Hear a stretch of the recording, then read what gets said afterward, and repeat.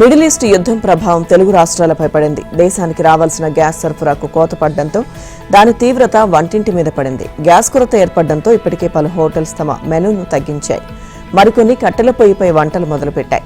ఇక ఏపీలోని ద్వారకా తిరుమల చిన్న వెంకన్న ఆలయానికి ఎల్పీజీ గ్యాస్ ఎఫెక్ట్ తగిలింది. భక్తుల అన్నప్రసాదాల కోసం ఆలయంలో ప్రతిరోజు 40 డొమెస్టిక్, కమర్షియల్ సిలిండర్లు వినియోగిస్తారు. గ్యాస్ కష్టాల కారణంగా 10 సిలిండర్లు మాత్రమే సరఫరా అవుతున్నాయి. దీంతో నిత్యం స్వామివారి దర్శనానికి వచ్చే భక్తులకు ఇబ్బంది లేకుండా అధికారులు చర్యలు చేపట్టారు. కట్టెల పొయ్యిలు ఏర్పాటు చేసి అన్నప్రసాదాన్ని అందిస్తున్నారు. ఇక అల్లూరు జిల్లా అరకులోయలో గ్యాస్ కొరత తీవ్రమైంది. ఈ కేవైసీ, ఓటీపీ నిబంధనలతో గంటల తరబడి క్యూలైన్లలో సామాన్యులు అవస్థలు పడుతున్నారు. స్థానిక డీలర్ లేకపోవడంతో ఇతర ప్రాంతాల నుంచి వచ్చే వ్యాన్ల కోసం పడిగాపులు కాస్తున్నారు. జనం గ్యాస్ వాహనాలను అడ్డుకోవడంతో ట్రాఫిక్ జామ్ ఏర్పడి ఉద్రిక్తత నెలకొంది. ఏలూరు జిల్లా కోడిగూడెంలో వింత చోరీ జరిగింది. దేశవ్యాప్తంగా గ్యాస్ కొరత నెలకొన్న వేళ శ్రీను అనే వ్యక్తి ఇంట్లో ఎవరూ లేని సమయం చూసి దొంగలు గ్యాస్ సిలిండర్ను ఎత్తుకెళ్లారు. ఉన్న ఒక్క సిలిండర్ పోవడంతో ఆ కుటుంబం కట్టెల పొయ్యిపై వంట చేసుకోవాల్సిన పరిస్థితి ఏర్పడింది. ఈ బాధను శ్రీను సోషల్ మీడియాలో పంచుకోగా ఆ వీడియో ఇప్పుడు వైరల్ అవుతోంది. నిర్మల్ జిల్లా ఖానాపూర్లో ప్రజలు గ్యాస్ కోసం ఇబ్బందులు ఎదుర్కొంటున్నారు. ఖానాపూర్లో హెచ్పీ గ్యాస్ ఏజెన్సీ లేదు. దీంతో నిర్వాహకులు నిర్మల్ నుంచి గ్యాస్ తెచ్చి చెట్ల కింద వ్యాన్ పెట్టి ఇస్తున్నారు. అయితే డోర్ డెలివరీ ఇస్తూ అదనంగా 20 రూపాయలు వసూలు చేస్తున్నారని కస్టమర్లు ఆరోపిస్తున్నారు. ఓటీపీ వచ్చి బిల్ జనరేట్ అయినా గ్యాస్ లేదంటున్నారని వినియోగదారులు ఆందోళన వ్యక్తం చేస్తున్నారు. అమరజీవి పొట్టి శ్రీరాములు స్మృతిలో రాజధాని అమరావతిలో నిర్మించిన 58 అడుగుల విగ్రహాన్ని సీఎం చంద్రబాబు ఇవాళ ఆవిష్కరించనున్నారు. ఒకరోజు తిండి తినకపోతే కడుపులో ఏదోలా ఉంటుంది. 1 కాదు 2 కాదు, ఏకంగా 58 రోజుల పాటు నిరాహార దీక్ష చేయడం అంటే ఊహించగలమా? అందువల్లే సరిగ్గా అన్నే పొట్టి శ్రీరాములు విగ్రహాన్ని రాష్ట్ర ప్రభుత్వం ఏర్పాటు చేసింది. ఇక పొట్టి శ్రీరాములు 125వ జయంతిని పురస్కరించుకుని నేడు విగ్రహ ఆవిష్కరణ జరగనుంది. పొట్టి శ్రీరాములు 1901 మార్చి 16వ తేదీన మద్రాసులో గురువయ్య, మహాలక్ష్మమ్మ దంపతులకు జన్మించారు. నెల్లూరుకు చెందిన వీరి తల్లిదండ్రులు వ్యాపార అవసరాల రీత్యా మద్రాసుకు వలస వెళ్లారు. ప్రాథమిక విద్యాభ్యాసం మొత్తం మద్రాసులోనే జరిగింది. ఆ తర్వాత బొంబాయి వెళ్లి శానిటరీ ఇంజనీరింగ్ పూర్తి చేశారు. ఈ సమయంలోనే శ్రీరాములకు తన మేనమామ కుమార్తె సుబ్బమ్మతో వివాహం జరిగింది. కొన్నాళ్లు మద్రాసులో చిన్నపాటి ఉద్యోగం చేశాక తిరిగి బొంబాయి వెళ్లి చదువుకు తగ్గ ఉద్యోగంలో చేరారు. ఇక ఆ సమయంలోనే భార్య సుబ్బమ్మ అనారోగ్యం పాలయ్యారు. అనేక మంది వైద్యుల వద్ద చూపించినా చివరకు సుబ్బమ్మ 1928లో తనువు చాలించారు. అంతకు ముందే పుట్టిన బిడ్డ కూడా చనిపోవడంతో శ్రీరాములు కుంగిపోయారు. అక్కడి నుంచి పూర్తిగా దేశ సేవలోకి దిగారు. ఉభయ తెలుగు రాష్ట్రాల్లో సంచలనం సృష్టించిన మొయినాబాద్ డ్రగ్స్ పార్టీ వెనుక దుబాయ్ ఆస్తుల పంచాయతీ ఉందా? వివాదాస్పద బినామీ పెట్టుబడిదారుడైన కేదార్ మరణం తర్వాత ఆస్తుల పంచాయతీ తేల్చుకోవడానికి మాజీ MLA pilot Rohit Reddy farm house ను వేదిక చేసుకున్నారా? ఇప్పుడు అందరిలోనూ ఇవే సందేహాలు వ్యక్తమవుతున్నాయి. అనేక మంది రాజకీయ నేతలతో పాటు పలువురు సినీ ప్రముఖులు కోట్లాది రూపాయల పెట్టుబడులు కేదార్ ద్వారా దుబాయ్లోకి ప్రవహించాయని గతంలో ఆరోపణలు వచ్చిన నేపథ్యంలో మొయినాబాద్ డ్రగ్స్ పార్టీపై పెద్ద ఎత్తున చర్చ మొదలైంది. గతంలో అధికారంలో ఉన్న పెద్దలు తమ వేల కోట్ల సంపాదనను కేదార్ ద్వారా దుబాయ్లో రియల్ ఎస్టేట్ రంగంలో పెట్టుబడులుగా పెట్టినట్లు ఆరోపణలు వచ్చిన సంగతి తెలిసిందే. కేదార్ ఒక టీవీ ఛానల్ యజమానికి చెందిన ఫ్లాట్లో అనుమానాస్పద స్థితిలో మరణించగా ఆ సమయంలో రోహిత్ రెడ్డి అక్కడే ఉన్నారని అప్పట్లో ప్రచారం జరిగింది. తాజాగా రోహిత్ రెడ్డి ఫామ్ హౌస్ లో జరిగిన పార్టీకి పలువురు ప్రముఖులు హాజరైనట్లు తెలుస్తోంది. దుబాయ్లో యుద్ధ పరిణామాల నేపథ్యంలో తమ పెట్టుబడుల విషయంలో రోహిత్ రెడ్డితో వీరు చర్చించినట్లు సమాచారం. ఫామ్ హౌస్ లో ఢిల్లీకి చెందిన బడా రియల్ ఎస్టేట్ వ్యాపారి, హైదరాబాద్ కు చెందిన మరో బిజినెస్ మ్యాన్ తో పాటు బడా వ్యాపార సామ్రాజ్యానికి అధిపతి అయిన రాజకీయ నేత సమావేశమై చర్చిస్తున్న క్రమంలోనే ఈగల్ పోలీసులు ఎంటర్ అయినట్టు తెలుస్తోంది. దీంతో కాల్పులు, హెచ్చరికలు, అరెస్టులు, స్టేషన్ బెయిల్స్, రిమాండ్ మధ్య ఆసక్తికర పరిణామాలు చోటు చేసుకున్నట్లు సమాచారం. గతంలో కేదార్ హైదరాబాద్ లో ఒక లగ్జరీ బార్ ను నిర్వహించారు. ప్రస్తుతం ఆ బార్ చేతులు, పేర్లు మారి మరో లగ్జరీ పబ్ నిర్వహిస్తున్న వ్యక్తికి చేరింది. ఆయన ఈ డ్రగ్స్ పార్టీలో ఉండడంతో ఆసక్తికరమైన చర్చ మొదలైంది. సదరు వ్యక్తి బార్, పబ్ దందానే కాకుండా రియల్ ఎస్టేట్ రంగంలోనూ ఉండడం గమనార్హం. కేదార్ ద్వారా దుబాయ్లోని రియల్ ఎస్టేట్ రంగంలో పెట్టుబడులు పెట్టిన పెద్దలు ప్రస్తుతం అక్కడ నెలకొన్న యుద్ధ భయాల నేపథ్యంలో ఫామ్ హౌస్ లో సమావేశమైనట్లు, తమ పెట్టుబడులపై కొందరు డ్రగ్స్ సేవిస్తూ చర్చ జరిపినట్టు తెలుస్తోంది. ఇక ఈ పార్టీకి హాజరైన వ్యక్తుల నేపథ్యాలు, కేదార్, రోహిత్ రెడ్డి బంధం అనుమానాలకు తావిస్తోంది. దీనిపై నిఘా వర్గాలు ఇప్పటికే సమాచారాన్ని సేకరించి ప్రభుత్వానికి ప్రాథమిక నివేదిక ఇచ్చినట్లు సమాచారం. పైలట్ రోహిత్ రెడ్డికి చెందిన మొయినాబాద్ ఫామ్ హౌస్ అసాంఘిక కార్యకలాపాలకు అడ్డాగా మారిందనే ఆరోపణలు చాలా కాలంగా ఉన్నాయి. శనివారం రాత్రి జరిగిన పార్టీపైన అనేక అనుమానాలు వ్యక్తమవుతున్నాయి. పార్లమెంట్ సమావేశాలు జరుగుతున్న సమయంలో ఏలూరు ఎంపీ ఇక్కడికి వచ్చి డ్రగ్స్ తీసుకోవడంపై పోలీసు రాజకీయ వర్గాలు కూడా విస్మయం వ్యక్తం చేస్తున్నాయి. పోలీసులు దాడులు నిర్వహించిన సమయంలో 4 రౌండ్ల కాల్పులు జరగడం తీవ్ర కలకలం రేకెత్తించింది. అదృష్టం కొద్దీ ఈ కాల్పుల ఘటనలో ఎవరికీ ఏమీ కాలేదు. అయితే గన్ లైసెన్స్ ఒకరికి ఉంటే మరొకరు గన్తో కాల్పులు జరపడంపై పోలీసులు లోతుగా విచారణ జరుపుతున్నారు. ఏలూరు ఎంపీ పుట్టా మహేష్ యాదవ్పై టీడీపీ అధిష్టానం తీవ్ర ఆగ్రహంగా ఉంది. మొయినాబాద్ డ్రగ్స్ పార్టీలో మహేష్ యాదవ్ పట్టుబడ్డంతో టీడీపీ అధిష్టానం షోకాజ్ నోటీసులు ఇచ్చింది. డ్రగ్స్ వ్యవహారంపై 5 రోజుల్లో వివరణ ఇవ్వాలని AP TDP chief Palla Srinivas ఆదేశించారు. పుట్టా మహేష్ ఇచ్చే వివరణ ఆధారంగా తదుపరి చర్యలు ఉంటాయని షోకాజ్ నోటీసుల్లో పేర్కొన్నారు. డ్రగ్స్ కేసు విచారణ పూర్తయ్యే వరకు ఎంపీ పుట్టా మహేష్ను పార్టీ కార్యక్రమాలకు దూరంగా ఉంచాలని ఇప్పటికే సీఎం చంద్రబాబు ఆదేశించారు. పుట్టా మధు తీరు పార్టీ ప్రతిష్టకు భంగం కలిగించేలా ఉందంటూ టీడీపీ సీరియస్గా ఉంది. హైదరాబాద్ శివార్ మొయినాబాద్లోని ఫామ్ హౌస్లో జరిగిన పార్టీలో తాను డ్రగ్స్ తీసుకున్నట్టు వచ్చిన కథనాలను ఏలూరు టీడీపీ ఎంపీ పుట్టా మహేష్ తీవ్రంగా ఖండించారు. స్టేషన్ బెయిల్పై విడుదలైన కొద్ది గంటలకే ఆయన ఒక వీడియో ప్రకటన విడుదల చేశారు. తాను ఎలాంటి తప్పు చేయలేదని, కేవలం స్నేహితులతో కలిసి డిన్నర్ కోసమే అక్కడికి వెళ్లానని స్పష్టం చేశారు. తనకు ఎలాంటి చెడు అలవాట్లు లేవని, తనపై నియోజకవర్గ ప్రజలు, పార్టీ ఉంచిన నమ్మకాన్ని ఎప్పటికీ వమ్ము చేయనని పుట్టా మహేష్ అన్నారు.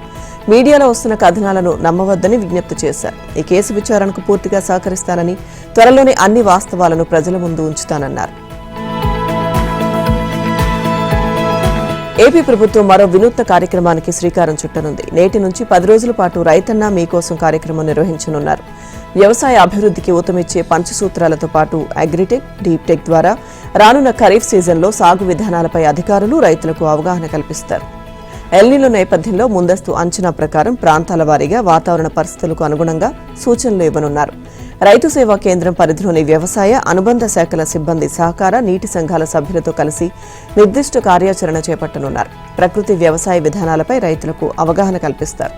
వర్షాభావం, ఎండ తీవ్రత ఎక్కువగా ఉన్న పరిస్థితుల్లో నేల, నీరును సంరక్షించే వివిధ ప్రకృతి వ్యవసాయ విధానాలపై అవగాహన కల్పిస్తారు. తెలంగాణలో బడ్జెట్ సమావేశాలు నేటి నుంచి ప్రారంభం కానున్నాయి. తొలి రోజు ఉదయం governor Shiv Pratap Shukla, CM Revanth Reddy assembly ప్రాంగణంలో తెలంగాణ తల్లి విగ్రహాన్ని ఆవిష్కరిస్తారు. అనంతరం గవర్నర్ ఉభయ సభలను ఉద్దేశించి ప్రసంగిస్తారు. దాంతో బడ్జెట్ సమావేశాలు ప్రారంభమవుతాయి. మరోవైపు మార్చి 20న రాష్ట్ర ప్రభుత్వం బడ్జెట్ ప్రవేశపెట్టనుంది. ఈ నెలాఖరు వరకు, అంటే మార్చి 30 వరకు సమావేశాలు నిర్వహించే అవకాశం ఉంది. గవర్నర్ ప్రసంగంతో అసెంబ్లీ సమావేశాలు ప్రారంభమవుతాయి. అలాగే మార్చి 20న తెలంగాణ రాష్ట్ర ఆర్థిక బడ్జెట్ను రాష్ట్ర ఆర్థిక శాఖ మంత్రి శాసనసభలో ప్రవేశపెట్టనున్నారు. ఇక మార్చి 20 నుంచి 30వ తేదీ వరకు అసెంబ్లీ సమావేశాలు జరపాలని కేబినెట్ నిర్ణయం తీసుకుంది. ఇక అసెంబ్లీ సమావేశాల్లో పలు కీలక అంశాలను చర్చించడానికి తెలంగాణ ప్రభుత్వం సిద్ధమవుతున్నట్టు తెలుస్తోంది. వాటిలో ప్రధానంగా గిగ్ వర్కర్లకు హక్కుల పరిరక్షణ కోసం కొత్త చట్టానికి మద్దతుపై చర్చించే అవకాశం ఉంది. అలాగే రాష్ట్రంలోని విద్యారంగంపై చర్చించనున్నట్లు సమాచారం. విద్యారంగంలో కొత్త విధానాల అమలు, మార్పులు, బడ్జెట్ కేటాయింపులపై చర్చ జరగనుంది. ఇక మూసీ నది ప్రక్షాళనపై చర్చ, కాళేశ్వరం ప్రాజెక్టు తదితర కీలక అంశాలపై చర్చించే అవకాశం ఉన్నట్టు తెలుస్తోంది. తెలంగాణ రాష్ట్ర బడ్జెట్ సమావేశాల సందర్భంగా గవర్నర్ శివప్రతాప్ శుక్లాను ప్రత్యేకంగా కలిసి రాష్ట్ర ప్రభుత్వం తరపున ఆహ్వానించారు డిప్యూటీ సీఎం భట్టి విక్రమార్క. ఇక ఈ సందర్భంగా గవర్నర్ శివప్రతాప్ శుక్లాకు పుష్పగుచ్చం అందించి శాలువాతో సత్కరించారు. డిప్యూటీ సీఎంతో పాటుగా గవర్నర్ను కలిసిన వారిలో ఆర్థిక శాఖ ముఖ్య కార్యదర్శి Sandeep Kumar Sultania, finance planning secretary Gaurav Uppal, ఆర్థిక శాఖ కార్యదర్శి స్కితా పట్నాయక్ తదితరులున్నారు. 5 రాష్ట్రాల ఎన్నికల షెడ్యూల్ను కేంద్ర ఎన్నికల కమిషనర్ జ్ఞానేష్ కుమార్ ప్రకటించారు. దాంతో ఇక్కడ ఎన్నికల కోడ్ అమల్లోకి వచ్చింది. 4 రాష్ట్రాలు, కేంద్రపాలిత ప్రాంతమైన పుదుచ్చేరితో కలుపుకొని మొత్తం 4 కోట్ల మంది ఓటర్లు తమ ఓటు హక్కు వినియోగించుకోనున్నారని సీఈసీ జ్ఞానేష్ కుమార్ తెలిపారు. తమిళనాడు 234 అసెంబ్లీ స్థానాలు, పశ్చిమ బెంగాల్ 294, కేరళ 140, అసోం 126తో పాటు పుదుచ్చేరి 30 స్థానాల్లో ఎన్నికలు నిర్వహించనున్నారు. మొత్తంగా 824 అసెంబ్లీ స్థానాలకు ఎన్నికలు జరగనున్నాయి. ఒకే విడతలో తమిళనాడు, కేరళ, అసోం, పుదుచ్చేరి అసెంబ్లీ ఎన్నికలు నిర్వహించనున్నట్లు సీఈసీ తెలిపారు. కేరళ, అసోం, పుదుచ్చేరిలో ఏప్రిల్ 9వ తేదీన పోలింగ్ నిర్వహించనున్నట్లు సీఈసీ చెప్పారు. ఇక ఏప్రిల్ 23వ తేదీన తమిళనాడులో ఎన్నికల పోలింగ్ జరగనుండగా పశ్చిమ బెంగాల్లో 2 విడతల్లో పోలింగ్ నిర్వహించనున్నట్లు తెలిపారు.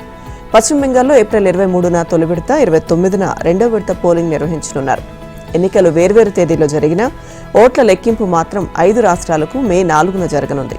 మరోవైపు పశ్చిమ బెంగాల్లో మే 7న, తమిళనాడులో మే 10న, అసోంలో మే 20న, కేరళలో మే 23న, పుదుచ్చేరిలో జూన్ 15న అసెంబ్లీ పదవీకాలం ముగియనుంది. ఈ రాష్ట్రాల్లో ఇప్పటికే ఓటర్ల జాబితా ప్రత్యేక సమగ్ర సవరణ ఎస్ఐఆర్ ప్రక్రియను ఎన్నికల సంఘం పూర్తి చేసింది. క్షేత్రస్థాయి పరిస్థితులను పర్యవేక్షించేందుకు ఆయా రాష్ట్రాల్లోనూ ఇటీవల పర్యటించింది. ఇక ఆయా రాష్ట్రాలకు సంబంధించి సీఎస్, డీజీ, నోడల్ అధికారులు ఎన్నికల అధికారులతో సమావేశమైనట్లు సిఇసి జ్ఞానేష్ కుమార్ తెలిపారు. ఈ ఎన్నికల్లో యువత పెద్ద ఎత్తున పాల్గొనాలని ఆయన పిలుపునిచ్చారు. 10వ తరగతి పబ్లిక్ పరీక్షలు మరికాసేపట్లో ప్రారంభం కానున్నాయి. నేటి నుంచి ఏప్రిల్ 1 వరకు జరగనున్నాయి. ప్రతిరోజు ఉదయం 9:30 నుంచి మధ్యాహ్నం 12:45 వరకు పరీక్ష జరుగుతుంది. ఇక ఏడాది మొత్తం 6,40,916 మంది పరీక్షలు రాయనుండగా వారిలో రెగ్యులర్ విద్యార్థులు 6,22,074 మంది, ప్రైవేట్ విద్యార్థులు 18,842 మంది ఉన్నారు. బాలురు 3,28,652, బాలికలు 3,12,264. రాష్ట్ర వ్యాప్తంగా 3,415 పరీక్షా కేంద్రాలు ఏర్పాటు చేశారు. 38,958 మంది ఇన్విజిలేటర్లు పరీక్షల విధుల్లో పాల్గొంటారు. సమస్యాత్మకంగా గుర్తించిన 210 కేంద్రాల వద్ద సీసీ కెమెరాలు ఏర్పాటు చేశారు. అలాగే 156 ఫ్లయింగ్ స్క్వాడ్లను నియమించారు. పరీక్షలు రాసే విద్యార్థులు హాల్ టికెట్ చూపించి ఆర్టీసీ బస్సుల్లో ఉచితంగా పరీక్షా కేంద్రాలకు చేరుకోవచ్చు. ఉదయం 8:45 విద్యార్థులు పరీక్షా కేంద్రాలకు చేరుకోవాలని పాఠశాల విద్యాశాఖ సూచిస్తోంది. ఇక తప్పనిసరి పరిస్థితుల్లో మాత్రమే 10 గంటల వరకు విద్యార్థులను అనుమతిస్తారు. 10 తర్వాత ఎవరిని పరీక్ష హాల్లోకి అనుమతించారు. గ్రామీణ ప్రాంతాల్లోని ఇళ్లలో పోగయ్యే వ్యర్థాలను సంపదగా మార్చే ఉద్దేశంతో పంచాయతీరాజ్ గ్రామీణాభివృద్ధి శాఖ చేపట్టిన వినూత్న ప్రాజెక్ట్ సూపర్ హిట్ అయింది. స్వచ్ఛ రథం పేరుతో 434 వాహనాల ద్వారా ఇళ్లలో టన్నుల కొద్దీ నిరుపయోగంగా ఉన్న ప్లాస్టిక్, ఇతర రకాల వస్తువుల ఘన వ్యర్థాలను సేకరిస్తున్నారు. పాత ఇనుము, పేపర్లు, పుస్తకాలు, అట్టపెట్టెలు, ప్లాస్టిక్ బాటిల్స్, స్టీల్ వస్తువులను సేకరించి బదులుగా గ్రామీణులకు పప్పు, ఉప్పు, చింతపండు, సబ్బులు వంటి ఇతర నిత్యావసర వస్తువుల అందజేత విజయవంతంగా సాగుతోంది. ఉప ముఖ్యమంత్రి పవన్ కళ్యాణ్ ఆదేశాలతో గుంటూరు రూరల్ మండలం లాలుపురంలో పైలట్ ప్రాజెక్టుగా ప్రారంభమైన ఈ కార్యక్రమం ఇప్పుడు చాలా గ్రామాలకు విస్తరించింది. 6 నెలల కిందట పంచాయతీరాజ్ గ్రామీణ అభివృద్ధి శాఖ కమిషనర్ కృష్ణతేజ గ్రామీణ ప్రాంతాల్లో పారిశుద్ధ్యం పెరగడంతో పాటు గ్రామీణులకు అంతో ఇంతో ఆదాయం కల్పించవచ్చని ఈ స్వర్ణ రథం అనే కాన్సెప్ట్ను అమల్లోకి తెచ్చారు. మీ ఇంట్లో ఏ వస్తువు వృధా కాదు, అవసరం లేదని పారవేసే ప్రతి వస్తువుకు విలువ ఉంది, ఎంతో కొంత ఆదాయం వస్తుంది అనే ప్రచారం చేశారు. ఇది పూర్వకాలంలో గ్రామీణ ప్రాంతాల్లో ఉండే వస్తు మార్పిడి విధానానికి అనుగుణంగా ఉంటుంది. రైతులంతా ఎప్పుడెప్పుడా అని ఎదురు చూస్తున్న యాసంగి రైతు భరోసాపై రాష్ట్ర ప్రభుత్వం కీలక నిర్ణయం తీసుకుంది. యాసంగి సీజన్కు సంబంధించి రైతు భరోసా కింద అందించే పెట్టుబడి సాయాన్ని నెల 22 నుంచి రైతుల ఖాతాల్లో జమ చేస్తామని ప్రకటించింది. రైతు భరోసా కింద 3 విడతల్లో మొత్తం 9,000 కోట్ల నగదు బదిలీ చేయాలని నిర్ణయించింది. ఆర్థిక శాఖ మంత్రి భట్టి విక్రమార్క, వ్యవసాయ శాఖ మంత్రి తుమ్మల నాగేశ్వరరావుతో చర్చించిన అనంతరం రైతు భరోసా నగదు బదిలీ షెడ్యూల్ను ముఖ్యమంత్రి రేవంత్ రెడ్డి ప్రకటించారు. సిద్దిపేట జిల్లా నర్మెట్టలో నిర్మించిన ఆయిల్ పామ్ ఫ్యాక్టరీని నెల 22న సీఎం రేవంత్ ప్రారంభిస్తున్నారు. అదే రోజున రైతు భరోసా నగదు బదిలీ కార్యక్రమాన్ని కూడా ప్రారంభిస్తారు. రైతు భరోసా నిధుల బదిలీని ప్రభుత్వం 3 విడతలుగా చేయనుంది. తొలి విడతగా ఈ నెల 22 నుంచి 70 లక్షల మంది రైతుల ఖాతాల్లోకి 3,590 కోట్ల నగదు బదిలీ చేయనున్నారు. మొదటి రోజు 1 ఎకరం భూ విస్తీర్ణం ఉన్న రైతుల ఖాతాల్లో ఎకరానికి 6,000 చొప్పున నిధులు జమ చేస్తారు. అనంతరం 3 వారాల తర్వాత 2వ విడతలో 2,650 కోట్లు జమ చేయనుంది. ఇక ఏప్రిల్ నెలాఖరులోపు 3వ విడతగా మిగిలిన 2,760 కోట్లను రైతుల ఖాతాలో జమ చేస్తారు. ఇక రైతు భరోసా నిధుల విడుదలపై నిర్ణయం తీసుకున్నందుకు CM Revanth, deputy CM Bhatti విక్రమార్కకు రైతుల తరపున మంత్రి తుమ్మల నాగేశ్వరరావు ధన్యవాదాలు తెలియజేశారు. తమది రైతు పక్షపాత ప్రభుత్వమని, ఎన్ని ఆర్థిక ఇబ్బందులున్నా రైతులకు ఇచ్చిన మాటకు కట్టుబడి ఉన్న ప్రభుత్వమని మరోసారి రుజువైందని తుమ్మల పేర్కొన్నారు. ముస్లిం సమాజ సంక్షేమం, అభివృద్ధికి తమ ప్రభుత్వం అత్యధిక ప్రాధాన్యత ఇస్తోందని తెలంగాణ ముఖ్యమంత్రి రేవంత్ రెడ్డి స్పష్టం చేశారు. కొన్ని రాజకీయ శక్తులు మతాల పేరిట సమాజాన్ని విభజించి ఉద్రిక్తతలు సృష్టించేందుకు ప్రయత్నిస్తున్నాయని, ప్రజలు అప్రమత్తంగా ఉండాలని ఆయన హెచ్చరించారు. ఆదివారం హైదరాబాద్లోని ఎల్బీ స్టేడియంలో రాష్ట్ర ప్రభుత్వం ఏర్పాటు చేసిన ఇఫ్తార్ విందులో ముఖ్య అతిథిగా పాల్గొని ప్రసంగించారు. ఇది మీ ప్రభుత్వం, తాను మీ సోదరుణ్ణి. తెలంగాణను దేశంలోనే నంబర్ 1 రాష్ట్రంగా తీర్చిదిద్దేందుకు అందరం కలిసికట్టుగా నిలబడదామని రేవంత్ రెడ్డి ముస్లిం సోదరులకు పిలుపునిచ్చారు. పవిత్ర రంజాన్ మాసంలో ముస్లిం సోదరులకు ప్రభుత్వం తరపున ఇఫ్తార్ విందు ఇవ్వడం సంతోషంగా ఉందని రేవంత్ రెడ్డి అన్నారు. మనం సోదరభావంతో కలిసిమెలిసి జీవించాలి. దేశాన్ని ముందుకు తీసుకువెళ్లాలంటే అన్ని మతాల వారు ఐక్యంగా ఉండాలి. కొందరు మన మధ్య చిచ్చు పెట్టేందుకు ప్రయత్నిస్తున్నారు అని సీఎం వ్యాఖ్యానించారు. తమది తమ ప్రభుత్వం ముస్లిం సమాజానికి ఇచ్చిన పదవులను ఈ సందర్భంగా గుర్తు చేశారు. మహమ్మద్ అజారుద్దీన్ కు కేబినెట్ మంత్రి పదవి, సీనియర్ నేత మహమ్మద్ అలీ షబీర్ కు ప్రభుత్వ సలహాదారు పదవితో పాటు 8 మంది మైనారిటీ నేతలకు కార్పొరేషన్ పదవులు ఇచ్చామని తెలిపారు.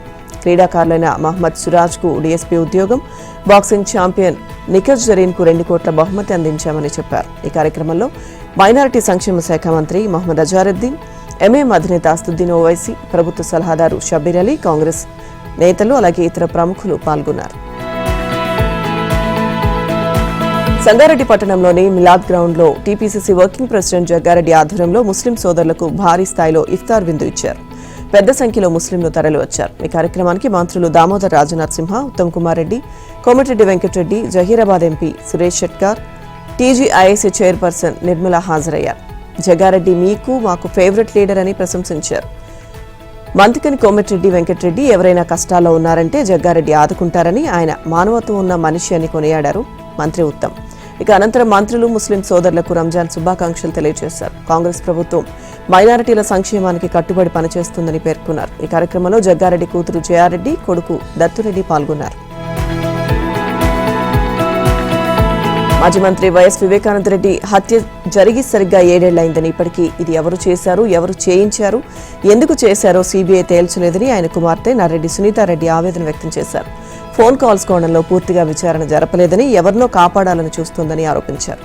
ఆదివారం పులివెందులలో మీడియా సమావేశంలో ఆమె ఫోన్ కాల్స్ అంశంపై పవర్ పాయింట్ ప్రజెంటేషన్ ఇస్తూ మాట్లాడారు. కోర్టుల చుట్టూ తిరుగుతున్నా తనకు న్యాయం జరగడం లేదన్నారు. కేసు విచారణలో ఏదో పొరపాటు జరుగుతుందని చెప్పారు. కోర్టు కూడా ఒక నిర్దిష్ట కోణంలో మాత్రమే దర్యాప్తు చేయాలని చెప్పిందని, అయితే కోర్టుల గురించి మాట్లాడడం సబబు కాదన్నారు. ఈ హత్య కేసులో ఇప్పటి వరకు సీబీఐ చేసిన విచారణలో 8 మందిని నిందితులుగా చేర్చింది.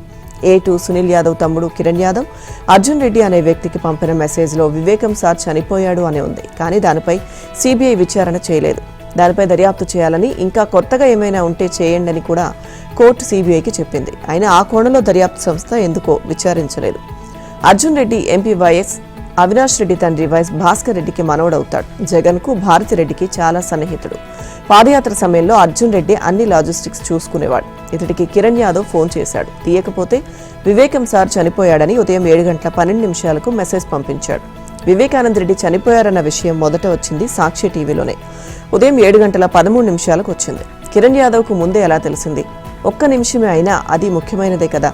కిరణ్ యాదవ్ ఫోన్ చూస్తే ఆ రోజు ఉదయం గంగిరెడ్డితో కూడా మాట్లాడాడు. అలాగే హత్య జరిగిన అనంతరం అతడి నుంచి భరత్ యాదవ్ కు, మహేంద్ర యాదవ్ కు విపరీతమైన ఫోన్ కాల్స్ ఉన్నాయి. భరత్ యాదవ్ గురించి అందరికీ తెలుసు. ఒకరిని మర్డర్ చేసి జైలుకి వెళ్ళి వచ్చాడు. అప్పట్లో అతడికి గన్ లైసెన్స్ ఉంది.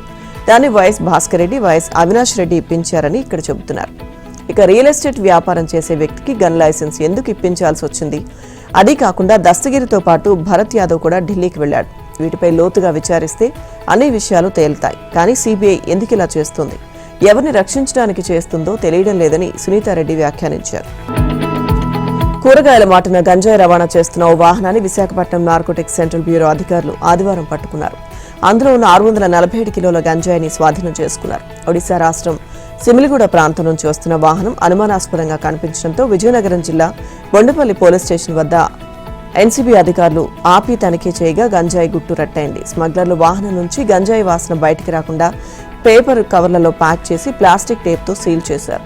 ఒకవేళ పోలీసులు తనిఖీలు చేసినా దొరకకూడదనే ఉద్దేశంతో వ్యాన్ అడుగున గంజాయి ప్యాకెట్లు వేసి దానిపైన క్యాబేజ్ బుట్టలు, అల్లం వెల్లుల్లి సంచులు పేర్చారు. మొత్తం 123 ప్యాకెట్లలో ఉన్న 647 కిలోల గంజాయిని స్వాధీనం చేసుకున్న అధికారులు దీని విలువ 3.2 కోట్లు ఉంటుందని అంచనా వేశారు. ఒడిశా రాష్ట్రం నుంచి ఏపీలో ప్రవేశించిన ఈ వ్యాన్ పాచిపెంట, సాలూరు, రామభద్రాపురం, బూర్జువలస, మానాపురం, గజపతి నగరం పోలీస్ స్టేషన్లు దాటుకుని వచ్చి బొండపల్లి పోలీస్ స్టేషన్ వద్ద నార్కోటిక్ అధికారులకు పట్టుబడింది. ఆ పోలీస్ స్టేషన్ల మీదుగా ఈ వాహనం వచ్చినా అక్కడి పోలీసులు గుర్తించలేకపోవడంపై అనుమానం వ్యక్తమవుతోంది. గంజాయి వాహన డ్రైవర్ను ఎన్సీబీ అధికారులు అదుపులోకి తీసుకున్నారు. ఈ గంజాయి ఎవరిది, ఎక్కడి నుంచి ఎక్కడికి తీసుకువెళ్తున్నారన్న పూర్తి సమాచారాన్ని సేకరిస్తున్నట్లు తెలిపారు. విశాఖపట్నం గోపాలపట్నంలోని చంద్రనగర్ ప్రాంతంలో బాణసంచా తయారీ కేంద్రంలో జరిగిన భారీ పేలుడు ఘటన స్థానికంగా తీవ్ర కలకలం రేపింది. ఒక నివాస గృహంలోని 3వ అంతస్తులో నిబంధనలకు విరుద్ధంగా భారీ మొత్తంలో బాణసంచాను నిల్వ ఉంచగా తయారీ సమయంలో ఒక్కసారిగా నిప్పురవ్వలు అంటుకోవడంతో ఈ ప్రమాదం సంభవించింది. పేలుడు ధాటికి ఆ ప్రాంతమంతా దట్టమైన పొగ కమ్ముకోవడంతో పాటు ఇల్లు పూర్తిగా దెబ్బతిని స్లాబ్ పగిలిపోయింది. బాంబులు పేలుతూ ఆకాశంలోకి తారాజువ్వులు ఎగిసిపడడంతో చుట్టుపక్కల ప్రజలు భయాందోళనతో పరుగులు తీశారు. ఇక ఈ ప్రమాదం జరిగిన సమయం ఆదివారం కావడంతో చుట్టుపక్కల ఇళ్లలో నివసించేవారు బయటకు వెళ్లడం వల్ల ఒక పెద్ద ప్రాణాపాయం తప్పింది. అయితే పేలుడు వల్ల వెలువడిన దట్టమైన పొగను పీల్చడం వల్ల కొందరు అస్వస్థతకు గురయ్యారు. మరికొందరికి గాయాలు కావడంతో వారిని 108 వాహనంలో చికిత్స నిమిత్తం ఆసుపత్రికి తరలించారు. ఎవరికి ప్రాణాపాయం కలగకపోవడంతో పోలీసులు, స్థానికులు ఊపిరి పీల్చుకున్నారు. పోలీసుల దర్యాప్తులో విస్తుపోయే నిజాలు వెలుగులోకి వచ్చాయి. సదరు వ్యక్తిపై గతంలోనే బాణసంచా తయారీకి సంబంధించి పలు కేసులున్నట్లు పోలీసులు వెల్లడించారు. గతంలో అధికారులు దాడులు నిర్వహించి మందుగుండు సామాగ్రిని స్వాధీనం చేసుకుని తగలబెట్టినప్పటికీ అతను పోలీసుల కళ్లుగప్పి రహస్యంగా వేరే గదిని అద్దెకి తీసుకుని ఈ ప్రమాదకరమైన పనిని కొనసాగిస్తున్నట్లు గుర్తించారు. శ్రీశైలం ఆలయం ఉగాది మహోత్సవాలకు ముస్తాబైంది. ఆలయం అంతా రంగురంగుల విద్యుత్ కాంతులతో మెరిసిపోతుంది.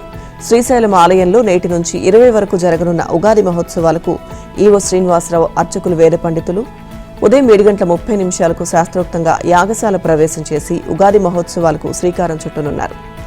ఆలయ ప్రాంగణం విద్యుత్ కాంతులతో ఉగాది మహోత్సవాల శోభను సంతరించుకుంది. ఇప్పటికే జిల్లా ఎస్పీ ఆధ్వర్యంలో 1800 మంది పోలీసులతో క్షేత్రంలో భద్రతను ఏర్పాటు చేశారు. ఉత్సవాల నేపథ్యంలో భక్తులందరికీ శ్రీ స్వామివారి అలంకార దర్శనానికి మాత్రమే అనుమతిస్తారు.